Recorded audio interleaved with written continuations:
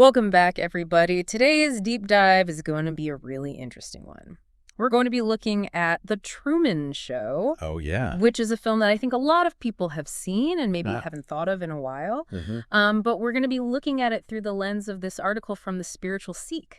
Okay. And the article kind of positions The Truman Show as like a modern-day allegory for spiritual awakening. Yeah, I think that that's a really interesting take because the movie itself, I mean, it's such a high concept movie. Right, yeah. Like a really out there concept. But it does explore some pretty profound questions about reality and free will and truth. Yeah. And things like that. Yeah, and I think that everybody has felt at some point like they're living in this bubble, Right. Kind of like a constructed reality. And The Truman Show just kind of takes that to the nth degree. Yeah, definitely. I mean, the article makes a really interesting connection to Plato's Allegory of the Cave. Oh, yeah. Familiar with that one? I mean, I am, but for people who might not be, can you just give us the Spark Notes version of Plato's Cave? Yeah, sure. So basically, it's this idea that there's these prisoners, and they've lived their entire lives chained up in a cave facing a blank wall. Okay. And all they ever see are these shadows that are projected onto the wall from a fire behind them. And they think that these shadows are reality. Right. Right. And so the idea is that if one of these prisoners were to escape the cave and go out into the real world, they would then come back and try to tell the other prisoners, no, what you're seeing isn't real. Hey. This is actually what reality is. Yeah. They probably wouldn't believe him. Totally. Yeah. So how does this connect to The Truman Show? Well, Sea Haven, this idyllic town where Truman lives, is like the cave. Right. And everything that he experiences is controlled by Christof, the creator of the show. It's all very constructed. It's all constructed, right? Absolutely. And so it's like these shadows on the cave wall.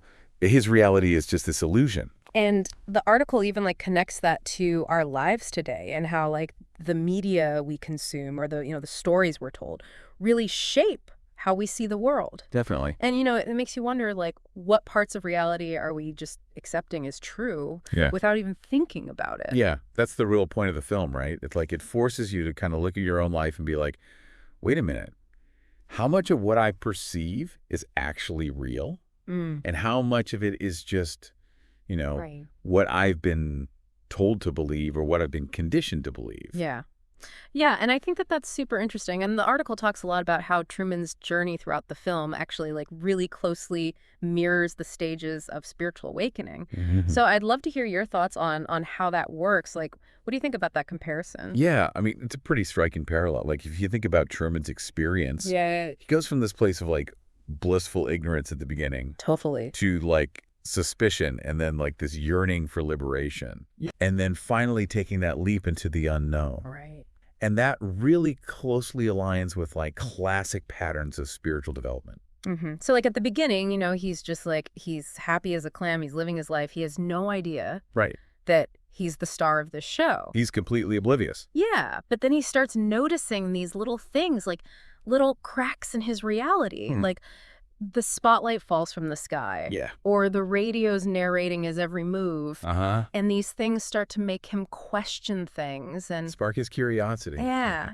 And that's kind of what they talk about with spiritual awakening, where it's you start to question the things that you've always believed. Yeah, it's that initial disillusionment. Yes. Right? Where you're wait a minute, something's not quite right here. Maybe everything I thought was true isn't. Right. And then, of course, he starts to really dig in and investigate. And then Christof, who's the puppet master, really pushes back against that. Yeah. Tries to keep him in the illusion. Yeah. And how do you see that, struggle connect to, spiritual growth? Well, I mean, it's that idea of the dark night of the soul. Right? Oh, yeah. Which is often talked about in spiritual tradition. Can you explain that a little bit for people who might not be familiar? Yeah, sure. So the dark night of the soul is it's a metaphor for the challenging and often disorienting process of spiritual growth. Okay. So it's that time when your old belief systems are crumbling. You're grappling with uncertainty and doubt. Yeah. And it can feel really dark and confusing. Yeah, like an identity crisis almost. Yeah, totally. Yeah. But the idea is that you have to go through that darkness in order to emerge into a new understanding of yourself in the world. So Truman's having those moments of doubt. He's what is real, what is not real? Right. He's confused. Yeah. What happens next in his journey? Well, he keeps going. He doesn't give up, right? Like, he keeps searching for the truth. Yeah. Even though it's terrifying, and he risks losing everything. Yeah, and that's when he decides to, like, make a break for it to leave Sea Haven. Exactly. Which is such a powerful image. It is. Of just, like, breaking free. And that's kind of like the final stage, right, of spiritual awakening. Yeah, you're letting go of, like, the familiar and embracing the unknown. Yeah. Stepping into a new reality. Yeah. And the article makes this really interesting comparison between, like, Truman's journey and the idea of going from, like, Adam to Christ, like from innocence to self-awareness. Yeah, that's pretty deep. Yeah. It is. It's like moving from this, like, childlike state of just accepting things as they are to, like, questioning everything and, like, forging your own path. And what's really amazing is how much Truman's story resonates with people. Oh, yeah. It's like a universal story. It is. Like, we all want to be authentic. We all want freedom. We all want to, break free from whatever our own personal sea haven is. It's like a fundamental human desire to Yeah. seek truth and to be free. Yeah. Yeah, absolutely. And speaking of control, we have to talk about Christof, Oh, yeah, the mastermind. the puppet master. Right. What are your thoughts on, like, his character? I mean, he's fascinating, right? Because on one hand, he's created this entire world for Truman. Right. Like, it seems like he cares about him in a way. Yeah. But at the same time, he's manipulating his entire life for entertainment. For profit. Yeah. Yeah. So it raises all sorts of ethical questions. Mm-hmm. And the article draws this comparison between Christof and the concept of Maya in some Eastern philosophies. Right. Can you kind of unpack that for us? Yeah. So in some Eastern traditions, Maya refers to the veil of illusion Okay. that prevents us from seeing the true nature of reality. Gotcha. So it's the idea that, like, our senses deceive us. Uh-huh. We take things to be real that aren't. Yeah. We cling to, like, impermanent things. Right. And we mistake illusion for reality. So basically, Christof is like Maya. He's creating this fake world Right. to keep Truman trapped. Yep. And it's kind of scary when you think about it in terms of our own lives. Yeah. Like, what illusions are we buying into without even realizing it? Right. Like, are we all just living in some kind of Truman show, Yeah. you know? And if so, who's the Christof in our lives? Yeah. What are those influences Yeah. that are shaping our perception Yeah, without they're- us even knowing? That's the big question. Yeah, and I think that's what makes The Truman Show such a powerful film. It Mhm. makes us question everything. It does. And it reminds us that we need to be critical thinkers Absolutely. and not just blindly accept the narratives that we're given. You got to be discerning. Yeah. It really does make you think, like, how much of our world is just like a carefully constructed illusion. Yeah, and it's not always like some evil mastermind, pulling the strings. Yeah. It's more like the systems we live in, Yeah. Like the Matrix. The Matrix, yeah. The expectations of society. The structures that we just kind of accept as the way things are. But the film encourages us to, like, question those structures. Yeah, to really examine Yeah, them. and ask, like, are they serving us? Yeah, Or are we just blindly serving them? that's a good question. You know? And then there's that amazing moment when Truman finally decides, like, I am out of here. Oh, yeah. That's so powerful. He's going to escape Sea Haven. It's such a powerful image of, like, self-determination. Yeah, Like, he's taking back his power. yeah. He's not going to be a puppet anymore. He's rejecting that manufactured reality. Exactly. And it's like a reminder that we all have that power Yeah. to choose. To break free. Yeah. To create our own reality. But it's not easy. No. I mean, he faces so many obstacles. Oh, yeah. Literally. Storms and fears and... Yeah, he's got to face his fears. He's Yeah. got to overcome Christof's manipulation. Mhm. And he sails right into the unknown. He literally sails into the unknown. Yeah, and I think the film does a good job of showing, like, it's not easy No, it's not going to be easy. to break free. It takes courage and determination. Yeah, and a willingness to embrace the unknown. Absolutely. Like, you don't know what's on the other side, Right. but you got to be willing to jump. You got to trust Yeah.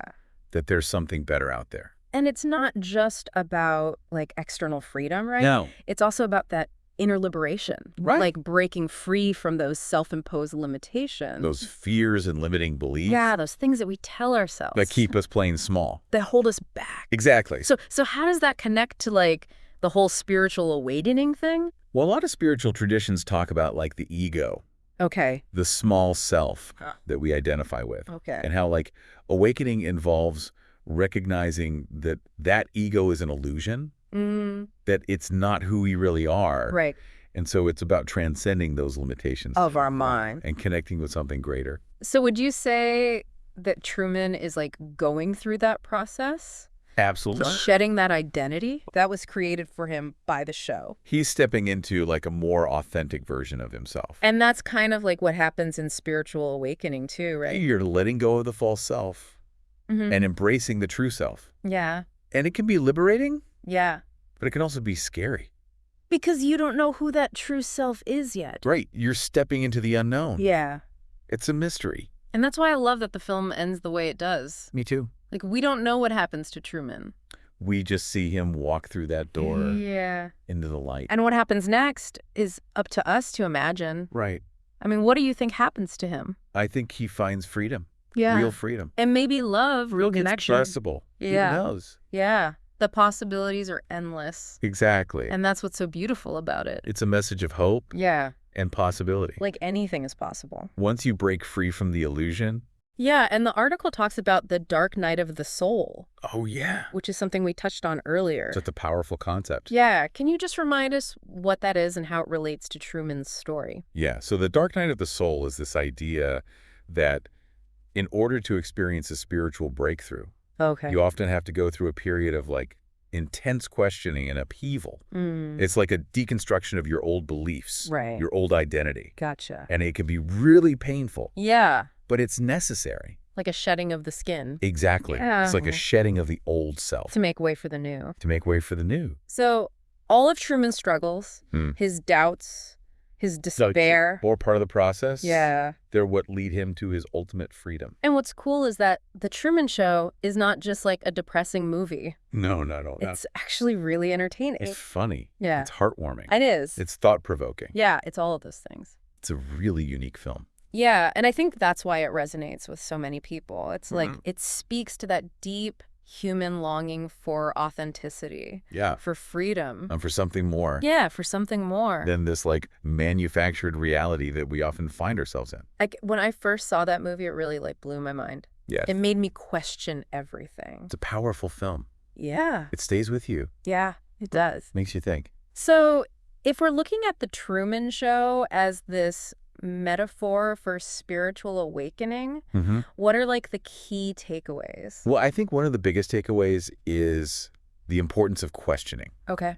Like Truman's awakening began with a single doubt. Right. Just like a little seed of suspicion. Yeah. And that grew into this realization that his whole life was a lie. Yeah. So we need to be willing to question things. Question everything. The things we take for granted. The stories we're told. The systems that we live in. The media we consume. Everything. Don't just blindly accept things. Be skeptical. Be skeptical. Yeah. Be critical. And then once we start questioning, we have to have the courage to follow those questions. Wherever they lead. Yeah. Even if it's scary. Even if it's uncomfortable. Yeah. Even if it means challenging the status quo.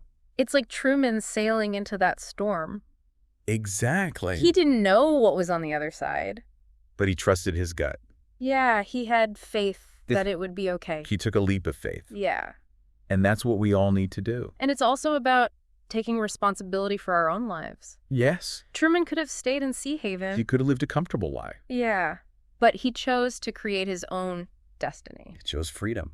Yeah. And that's like the essence of spiritual awakening, right? It is. It's realizing that we have the power to create our own reality. Yeah. To write our own story. To be the authors of our own lives. So it's not just about escaping external controls. No. It's about liberating ourselves from within. Exactly. From those limitations that we put on ourselves. True freedom encompasses both. Yeah, the inner and the outer. The inner and the outer. This has been so fascinating. I always love talking about this movie. It never gets old. Me too.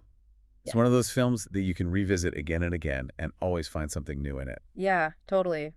Before we wrap up, I wanted to circle back to the whole open ending thing. Oh, yeah. Because we never find out what happens to Truman after he steps through that door. Right. It's like a giant question mark. Yeah. What do you think happens to him? Well, that's the beauty of it, right? We get to decide. It's up to our imagination. Exactly. We can imagine him finding true love. Maybe he starts a family, or maybe he becomes like this advocate for authenticity. Like a spokesperson for breaking free from the system. Yeah, exactly. Yeah. Or maybe he just lives a quiet life off the grid. Yeah, just enjoying his newfound freedom. The possibilities are endless. It's like the film gives him that gift. Mm-hmm. The gift of possibility. And it gives us that gift, too. Yeah, I love that. As viewers. But it does make me wonder. About what? Like, if we were living in a constructed reality, how would we know? That's $1 million question. Yeah. What clues should we be looking for? Well, the film doesn't give us any easy answers. Right. But it does suggest that we should pay attention to those moments. Okay. When things seem a little too perfect. A little too coincidental. Yeah, like those Sea Haven moments. You ever had those moments? Oh, yeah, all the time. Like what kind of moments? Like running into the same person twice in one day. Oh, yeah. Or the radio playing a song that perfectly matches your mood. Or thinking about someone and then they call you? Exactly. It's like those little glitches in the Matrix. Whoa. Right. Yeah. That's trippy. It is. It makes you wonder. So if we start noticing those things, what should we do about it? Well, I don't think it means we need to like stage a dramatic escape. Right. Like Truman did. Not everyone can sail away. Exactly. But it does mean we should be paying attention. Okay. We should be questioning things. No. Questioning the narrative. Yeah. And being open to the possibility. That things might not be what they seem. Exactly. So it's more about an internal shift. I think so. Than an external one. It's about waking up. To the truth. Yeah, and realizing that we have more power than we think. More agency. To shape our reality. To choose our own adventure. Exactly. So it's like that blue pill choice. Oh, yeah, from the Matrix. Yeah. Do we want to stay asleep? In the illusion. Or wake up? To the truth. And maybe the truth is scary. It might be. But it's also liberating. What's the path to freedom? Yeah, and the Truman Show shows us that it's possible. Absolutely. To break free. To find our own way. To create a life that's authentic and true. And full of meaning. Well, this has been such an incredible conversation. Thank you. Thank you so much for your insights. It's been a pleasure. I know I'm going to be thinking about the Truman Show in a whole new way. Me too. And I hope our listeners will too. I hope. So keep questioning, keep exploring, and keep an eye out for those Sea Haven moments. They're everywhere. Thanks for joining us for another deep dive. We'll see you next week.